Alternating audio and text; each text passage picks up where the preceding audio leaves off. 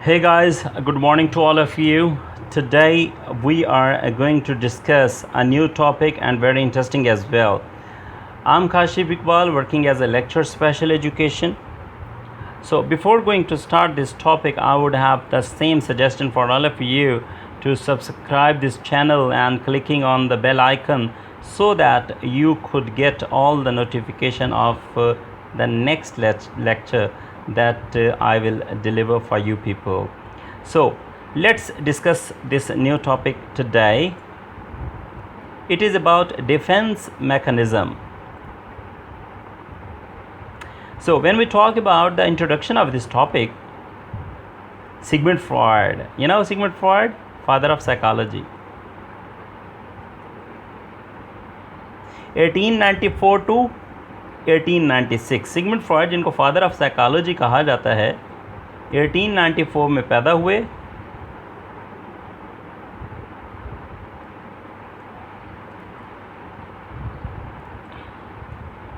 Alright, Sigmund Freud, जिनको father of psychology कहा जाता है, ये 1894 से 1896 के दौरान इन्होंने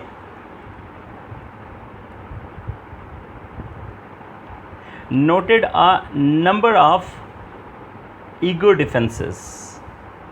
इन्होंने कई तरह के जो ईगो डिफेंसेस थे उनको नोट करवाया, which he refers to throughout his written works. जो इन्होंने अपने जितना भी एक तहरीरी काम किया उसमें इन्होंने कोट किया, रेफर्स किया.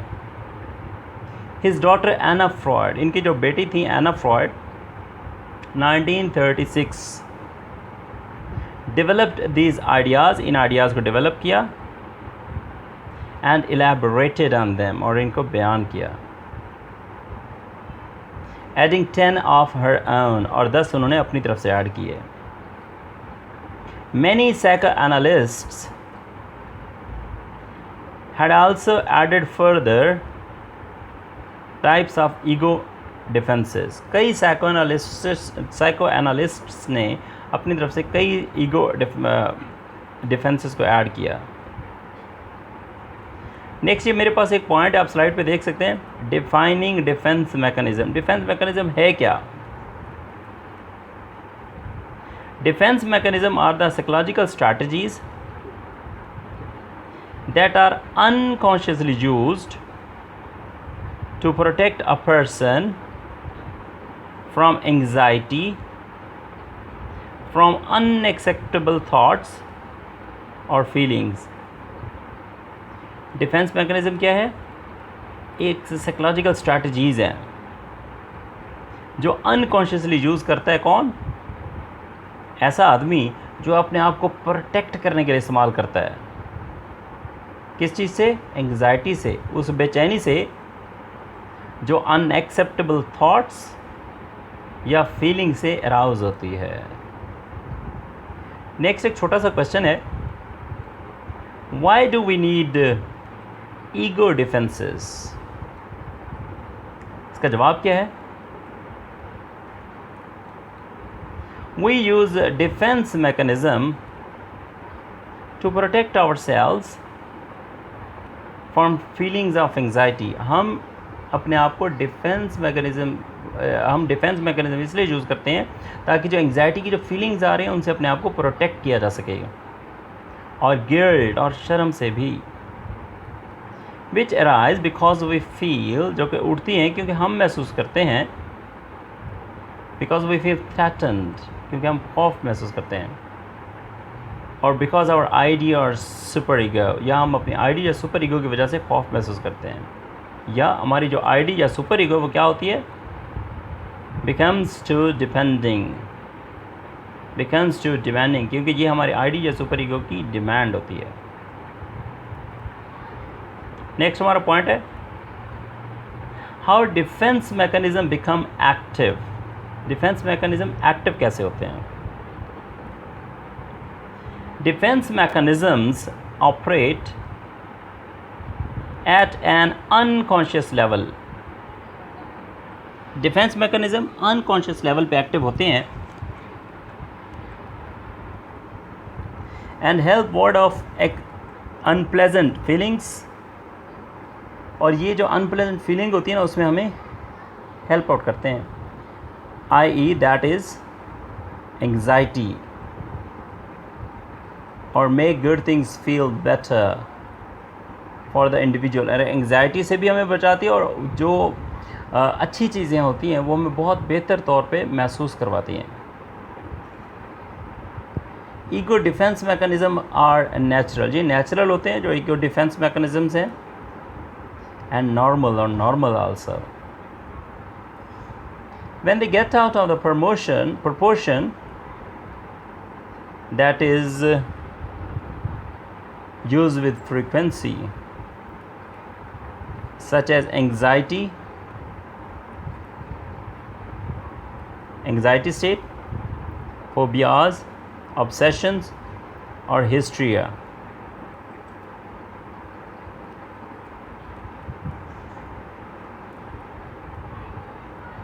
जब वो इस तरह के एरियाज़ को डिफ़ाइन करते हैं जो एक मखसूस फ्रीक्वेंसी के साथ इस्तेमाल किए जाएं, जिसमें एंग्जाइटी है, फोबियाज़ हैं, ऑब्सेशंस है या हिस्ट्रिया है। अब एग्जांपल्स ऑफ डिफेंस मैकेनिज़्म को ज़रा हम देखते हैं, ये स्लाइड पर आप देख सकते हैं।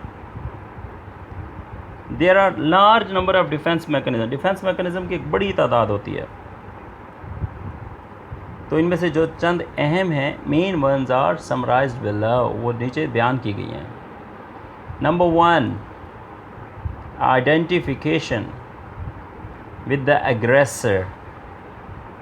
Number 2, repression. Number 3, projection. Number 4, displacement. Number 5, sublimation. Number 6, denial. Number 7, regression. Number 8, rationalization. Number 9, reaction formation. अब ज़रा इनकी डिटेल के हवाले से हम बात कर लेते हैं। Identification with the aggressor. Identification with the aggressor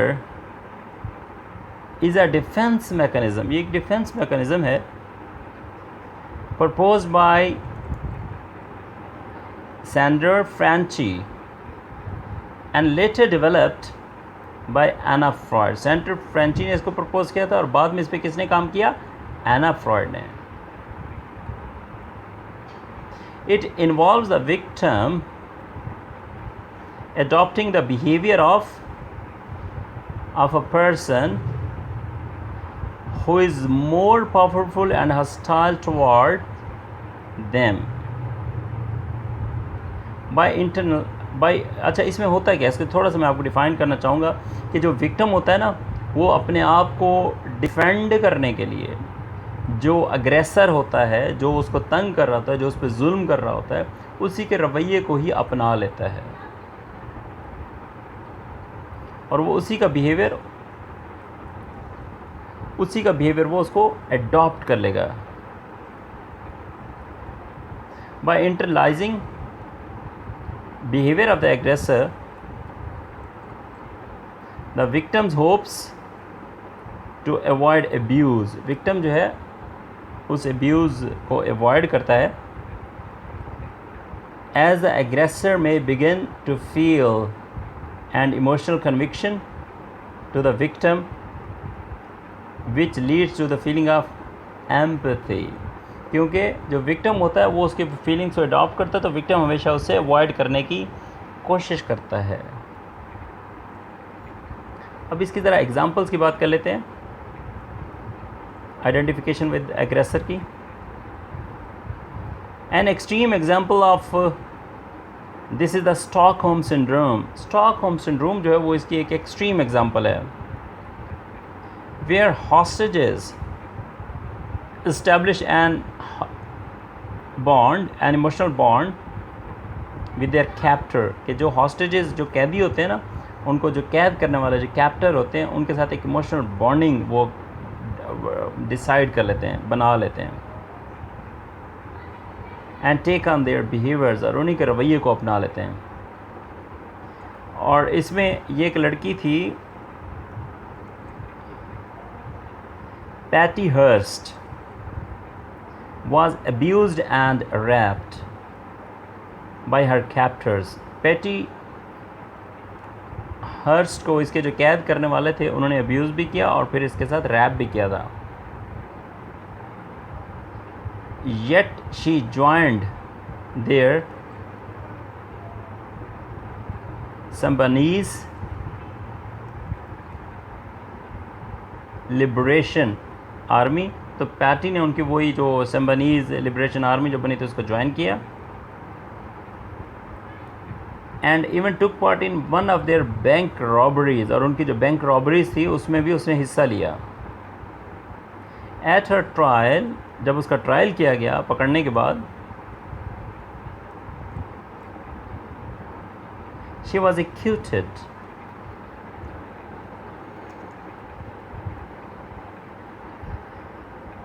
acquitted का क्या मतलब है कि जनाब उसको जो है ना एक्यूटेड कहते हैं फाइंड नॉट गिल्टी, मतलब जिसको कसूरवार जो कसूरवार ना हो.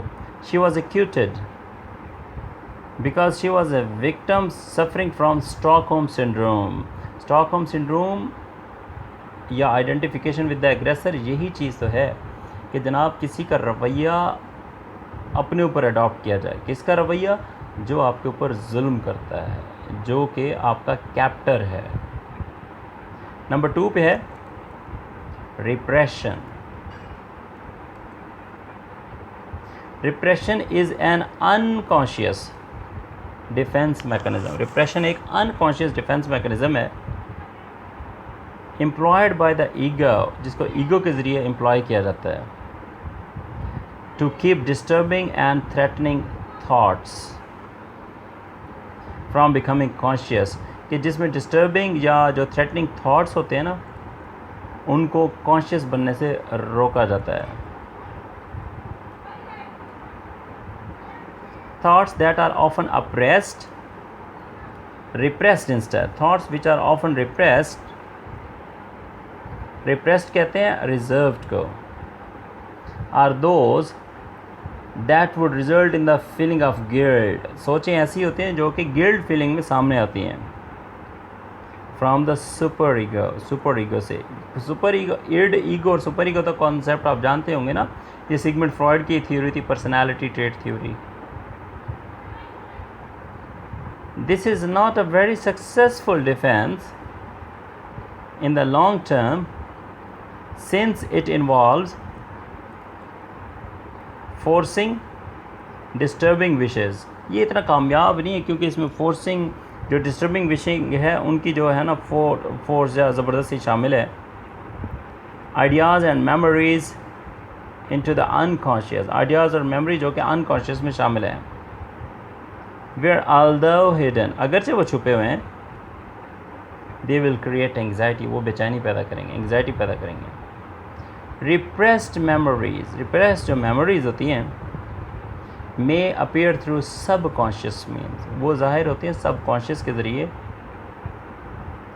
And in altered form, और तब्दील शुदा फॉर्म में आती हैं. Such as dreams or slips of the tongue, जो हमारे ख्वाब भी हैं या स्लिप ऑफ द टंग भी शामिल है. What is an example of repression? अब हम इसकी ज़रा एग्जाम्पल को देख लेते हैं. For example in the Oedipus complex. Oedipus आपको याद होगा कि ग्रीक में एक लड़का था जिसने अपने वालिद को कत्ल करके अपनी वालदा से शादी की थी. अगरचे ये इंसिडेंटली हुआ था लेकिन जहाँ पे सिगमंड फ्रॉइड ने एडिपस का हवाला दिया है. Aggressive thoughts about the same-sex parents are repressed and pushed down into the unconscious. तो aggressive thoughts आती हैं और फिर उनको unconscious में डाल दिया जाता है. नंबर 3 पे है projection.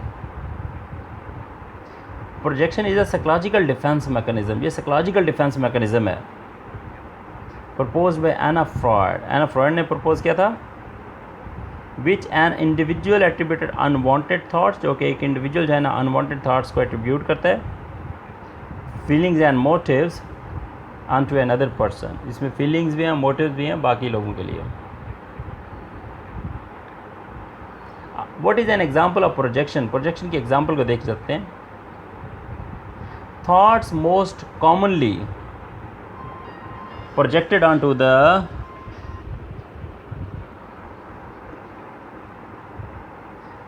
another are the ones that would cause guilt,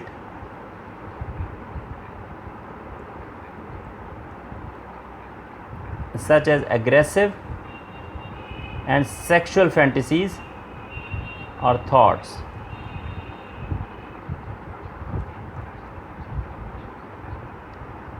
जो सोचें एक दूसरे के ऊपर प्रोजेक्ट की जाती हैं, ये वो होती हैं जो कि गिल्ट पैदा करती हैं, जिसमें अग्रेसिव भी है और सेक्सुअल ड्रीमिंग भी है और सेक्सुअल सोचें या इस तरह की जो है ना सोचें शामिल है. For instance, for example, you might hate someone, आप किसी से नफ़रत करते होंगे, but super ego tells you, लेकिन आपकी जो एक्सट्रीम पॉजिटिविटी है ना सुपर ईगो, वो आपको क्या बताती है, that such hated is unacceptable, कि इस तरह की जो नफ़रत है वो अनएक्सेप्टेबल है. You can solve the problem, आप इस प्रॉब्लम को हल कर सकते हैं बाय बिलीविंग दैट, इस चीज़ पर यकीन करते हुए, दे हेट यू, वो आपसे नफ़रत करते हैं. नंबर 4 है displacement. Displacement is the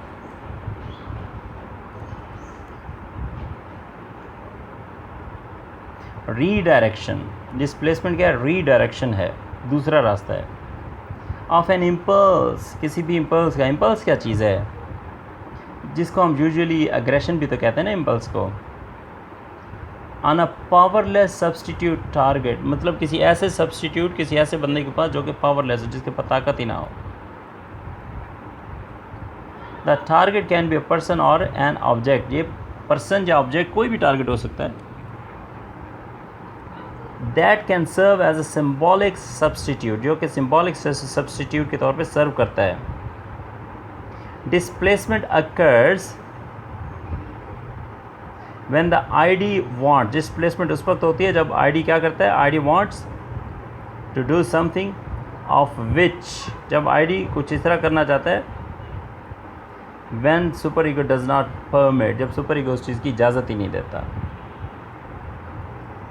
the ego thus find some other way. इस तरीके से ईगो जो है वो कोई और रास्ता ढूंढता है, other way of releasing the psychic energy. तो ईगो जो है, जो साइकिक एनर्जी होती है, उसको रिलीज़ करने का कोई और रास्ता ढूंढता है. Thus there is a transfer of energy from a repressed object to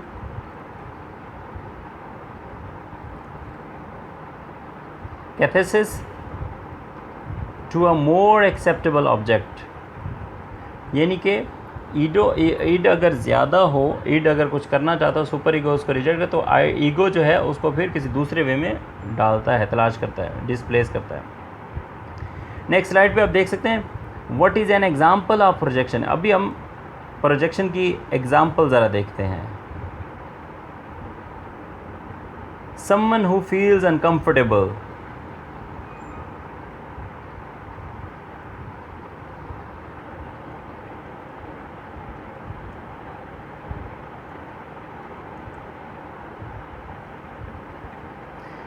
तो इसकी एग्जाम्पल हम देख लेते हैं ज़रा.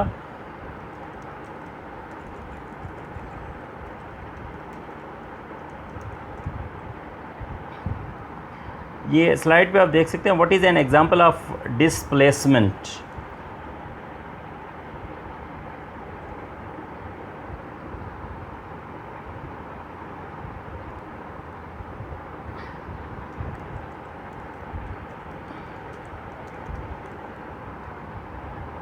समवन हु फील्स अनकम्फर्टेबल, कोई ऐसा आदमी जो अनकम्फर्टेबल फील कर रहा हो विद देयर सेक्सुअल डिज़ायर, अपने सेक्सुअल डिज़ायर से, फॉर अ रियल पर्सन, एक हकीकी आदमी के लिए, मे substitute a fetish.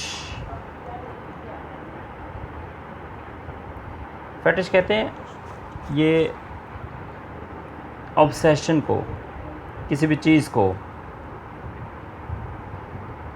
Someone who is frustrated by his और हर सुपीरियर्स, कोई ऐसा आदमी जो अपने बॉस से, अपने सुपीरियर से फ्रस्ट्रेटेड हो। मे गो होम, घर जाता है, and kick the dog, beat up a family member, घर जाके एक कोई उसके घर के अंदर जो पेट होता है, डॉग होता है, उसको किक करता है और फैमिली मेम्बर्स को मारता है। और इंगेज इन क्रॉस बर्निंग, और किसी दूसरे भी तरह के एक नेगेटिव काम में इन्वॉल्व होता है। तो ये है डिस्प्लेसमेंट की एक एग्जांपल, मतलब अपना गुस्सा, अपना आप को डिफेंड करना, दूसरों की अपना गुस्से को दूसरों पे उतारना, सादा लफ्ज़ों में, ये डिस्प्लेसमेंट है। नंबर 5 है sublimation. Sublimation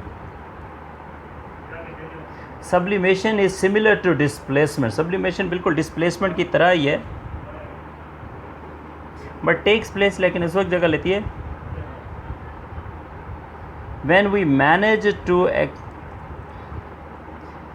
manage to displace our unacceptable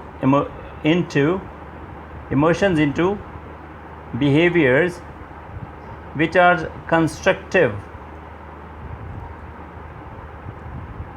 and socially acceptable, कि किसी भी तरह का जो अनएक्सेप्टेबल बिहेवियर है, जब हम उसको टर्म करते हैं कंस्ट्रक्टिवनेस में, जो सोशली एक्सेप्टेबल भी है, रादर देन डिस्ट्रक्टिव एक्टिविटीज़, यानी कि कोई ऐसी तबाहकुन एक्टिविटीज़, उनकी वजह हम कंस्ट्रक्टिव वे में उसको यूज़ करते हैं। Sublimation is one of Anna Freud's original defence mechanism. ये एना फ्रॉइड के जो डिफेंस मैकेनिज्म उनमें से एक ओरिजिनल है। नेक्स्ट स्लाइड पे देख सकते हैं, what is an example of sublimation. Many great artists and musicians have had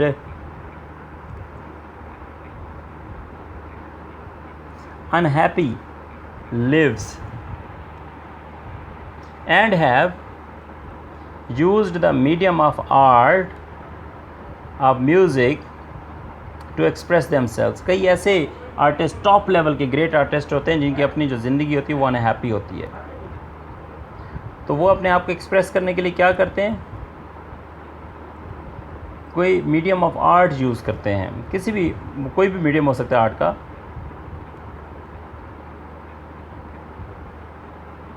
support is another example of putting our emotions. For example कि हमारे, इसकी एक और एग्जांपल कि हम अपने इमोशन को किस पे डालते हैं, इसकी अगर एग्जांपल देखा जाए, एग्रेशन इनटू समथिंग कंस्ट्रक्टिव, कि जो एग्रेशन है उसको किसी कंस्ट्रक्टिव चीज़ में यूज़ किया जा सकता है। For example, fixation at the oral stage of development में later lead to oral pleasure and adult through sucking someone's thumb, pen or cigarette. This is a value latent concept based on the aspiration of the European society at the end of 1800th century. अब इसको अगर हम समझते हैं कि artist की, मैंने आपको बात की कि उनकी जो अनहैप्पी लाइफ होती है वो किसी पॉजिटिव एक्टिविटी में उसको हैप्पी करने की कोशिश करते हैं।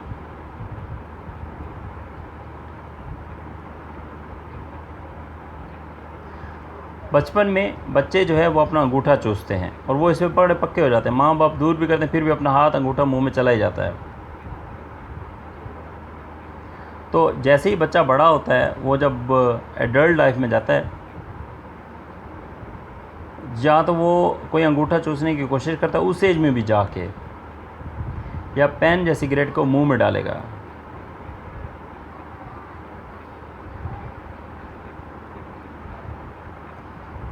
यूरोपियन सोसाइटी ने 18th सेंचुरी में ये कॉन्सेप्ट पेश किया था।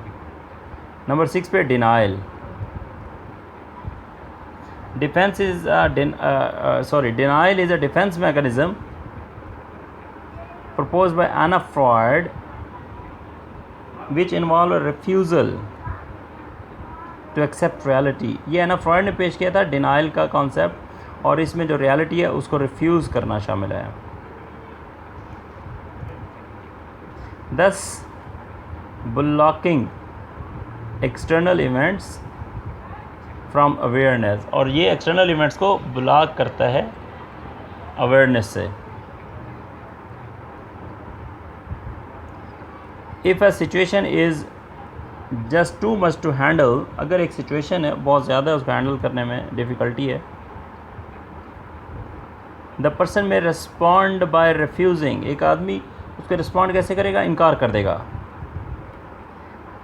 To perceive it or by denying that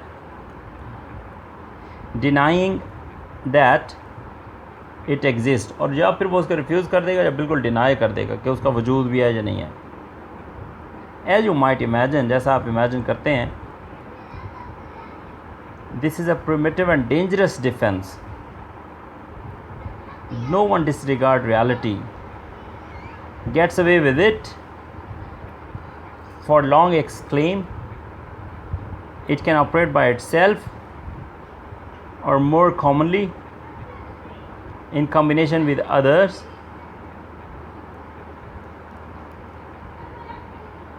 More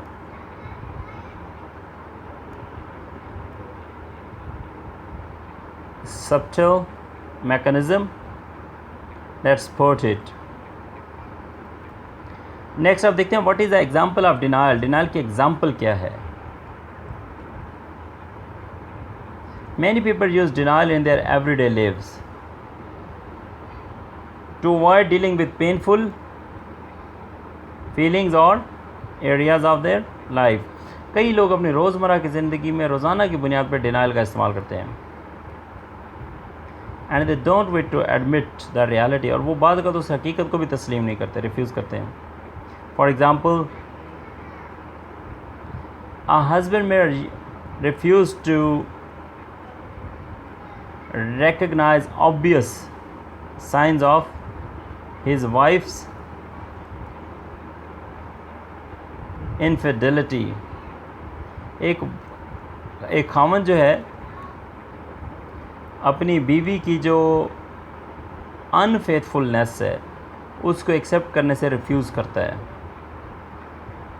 A student may refuse to recognize, एक स्टूडेंट पहचानने से इनकार कर देता है, रिकग्नाइज करने से इनकार कर देता है the obvious lack of preparedness, वो जो उसके इम्तिहान में तैयारी की जो कमी है, यकीनी है कि उसने मतलब उस एग्ज़ाम को तैयार नहीं किया, प्रिपेयर नहीं किया, उसकी जो कमी है या डेफिशिएंसी है यकीन वो यकीनी है, लेकिन उसके बावजूद वो स्टूडेंट उसको इनकार कर देगा कि जी मेरा एग्ज़ाम तैयार नहीं है। और a mother refuse to accept the addiction of his son, अगर किसी माँ को ये बताया जाए कि आपका बेटा एडिक्ट है, एडिक्शन करता है, तो माँ भी उसको फ़ौरन रिफ्यूज़ कर दे, नहीं मेरा बेटा ऐसे नहीं है, इफ़ शी इज़ इन्फॉर्म्ड, अगर उसको बताया जाए। नंबर 7 पे regression. Regression is a defence mechanism. Regression जो है ना एक डिफेंस मैकेनिज़्म है, प्रपोज बाय एना फ्रॉयड, जो कि एना फ्रॉयड ने प्रपोज किया था, whereby the ego refers to an earlier stage of development, usually in response to stressful situation। तो ईगो क्या है, एक ऐसा रिस्पॉन्स है जो कि एक स्ट्रेसफुल सिचुएशन में हम लोग पे करते हैं, शो करते हैं। Regression functions as form of retreat. Regression जो है रिट्रीट की, पछतावे की या वापस हटने की ही एक फॉर्म है, शक्ल है। Enabling a person to psychologically go back in time period, तो वो साइकोलॉजिकल बंदे को फोर्स करती है कि वो पीछे वाले एक मखसूस टाइम पीरियड में वापस जाए। When the person felt safer, जब बंदा खुद को महफूज समझता है। What is an example of regression? Example क्या होगी इसकी रिग्रेशन की? When we are troubled or frightened, जब हम परेशानी में या खौफज़दा होते हैं। Our behaviour become more childish, हमारा बिहेवियर जो बच्चों की तरह हो जाता है, और प्रिमिटिव, और हमारा जो बिहेवियर है वो थोड़ा डिफरेंट हो जाता है। A child may begin to suck their thumb, एक बच्चा हो सकता है अपना अंगूठा चूसना शुरू कर दे, और वेट द बेड, और बेड को गीला कर दे, when they need to spend some time in the hospital, जब उनको इस वक्त फिर उनको कुछ टाइम हॉस्पिटल में गुजारने की ज़रूरत होती है। टीनेजर्स में गीगल अनकंट्रोलेबली, ये जो टीनेजर्स होते हैं 12 से 19 साल के लड़के या लड़कियां, ये इस तरह गिगल करते हैं, नर्वसली लाफिंग कर रहे होते हैं। When introduced into a social situation, जब उनको किसी भी तरह की सोशल सिचुएशन में तारुफ करवाया जाए जो उनके लिए जिससे वो फेमिलियर नहीं है, इन्वॉल्विंग द अपोजिट सेक्स, खासकर उस वक्त के जब वहाँ पे अपोजिट सेक्स मौजूद हो। नंबर 8 पे rationalisation. Rationalisation is a defence mechanism proposed by Anna Freud. Anna Freud ने रैशनलाइजेशन का कॉन्सेप्ट दिया था।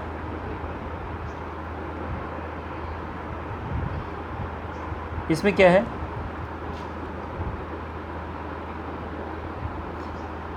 Involving a cognitive distortion. Cognitive distortion इसमें इन्वॉल्व है। The facts to make an event और इम्पल्स लेस थ्रेटनिंग, मतलब इसमें कि कोई भी जो इम्पल्स है उसको कम से कम थ्रेटनिंग बनाया जाता है। with the help of logic, with the help of rationalism, we do often enough on it. We do enough on a very conscious level when we provide ourselves excuses. और ये rationalisation का basic concept ये है कि देखें, जब हम किसी चीज़ से जान छुड़ाना चाहते हैं, जब हम जो है ना कोई ना कोई लॉजिक, तो फिर हम उसके लिए कोई ना कोई लॉजिक क्रिएट करते हैं, रैशनलिज्म में आते हैं। फॉर एग्ज़ाम्पल इसमें ये भी कहा जा सकता है कि जब हम किसी काम के करने से इनकार करते हैं, एक्सक्यूज़ करते हैं, तो उसके पीछे हमारे पास लॉजिक्स होते हैं, रैशनलाइज थॉट्स आती हैं। बेसिकली ये एक डिफेंस मैकेनिज़्म है। बट फॉर मैनी पीपल, लेकिन कई लोगों के लिए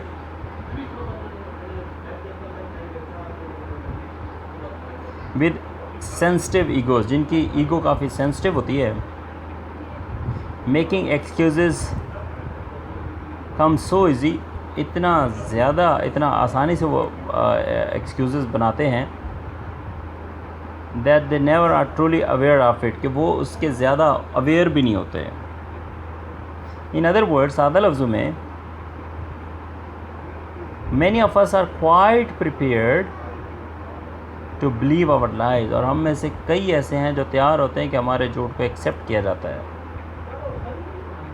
what is an example of rationalism? Rationalisation की जो एग्जाम्पल है वो क्या होगी? When a person finds the situation difficult, जब कोई आदमी किसी मुश्किल सूरत हाल को फेस करता है, to accept करने में, they will make up a logical reasoning, तो वो logical reasoning बनाएंगे, why it has happened, कि ये हुआ क्यों है। For example, a person may explain a natural disaster, एक आदमी नेचुरल डिज़ास्टर एक्सप्लेन कर सकता है, जैसे वेयर। Number 9, reaction formation. Reaction formation is a psychological defence mechanism. ये रिएक्शन फॉर्मेशन एक साइकोलॉजिकल डिफेंस मैकेनिज्म है, in which a person go beyond the denial, जिसमें एक आदमी डिनाइल से भी आगे चला जाता है, and behave in the opposite way, और अपोजिट वे में बिहेव करता है, to which he or she thinks or feels, या महसूस करता है। Conscious behaviours are adopted, conscious behaviour को अडॉप्ट किया जाता है to overcompensate for the anxiety a person feels.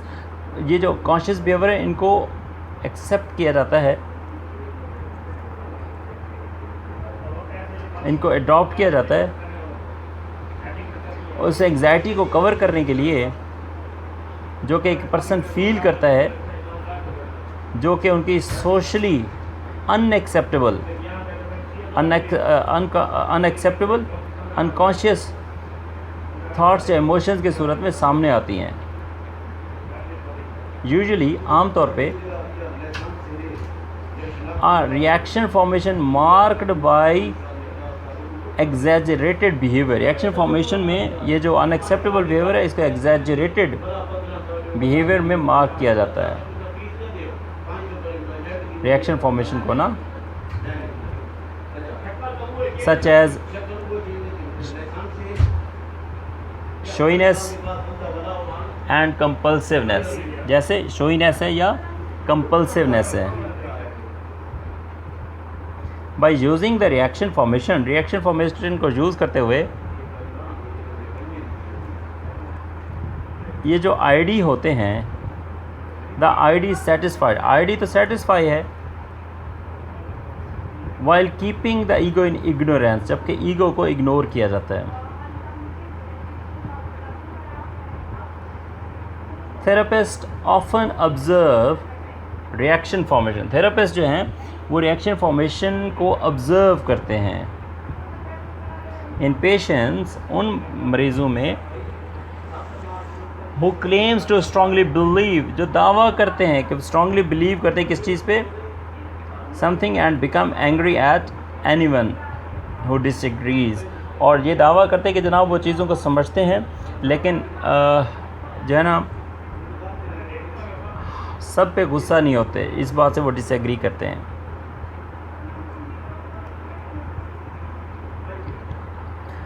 इसको मैं दोबारा बताना चाहूँगा, थेरेपिस्ट जो है ना अक्सर रिएक्शन फॉर्मेशन को ऑब्जर्व करते हैं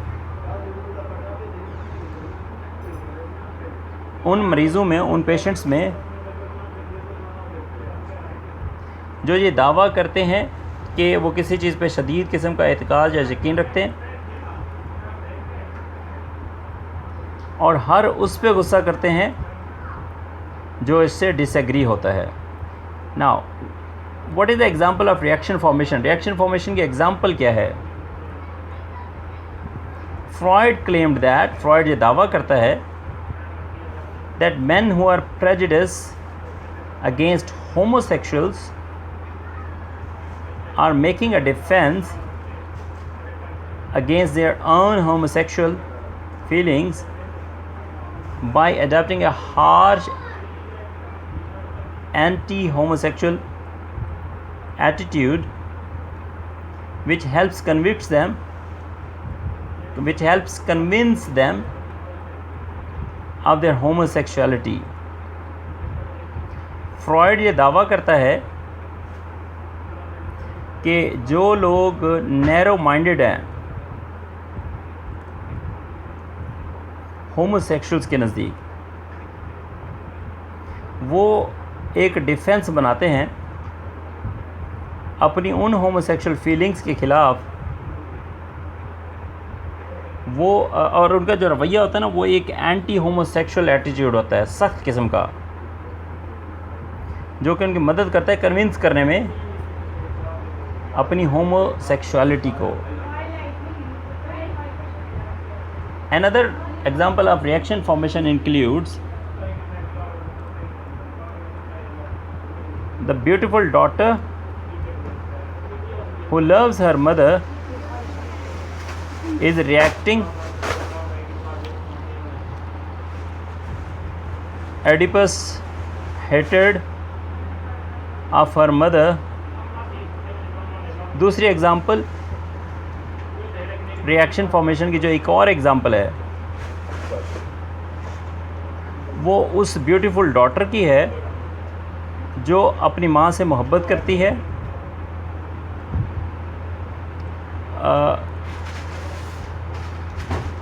जो रिएक्ट कर रही है अपने एडिपस, जो रिएक्ट कर रही है उस एडिपस की तरह जो अपनी माँ से नफ़रत करता है। ये रिएक्शन फॉर्मेशन की एक एग्जांपल है। I hope that this lecture will be good for you and I tried my best to convey the defense mechanism or all that what I have got in this discussion. Thank you very much. Take good care and good luck.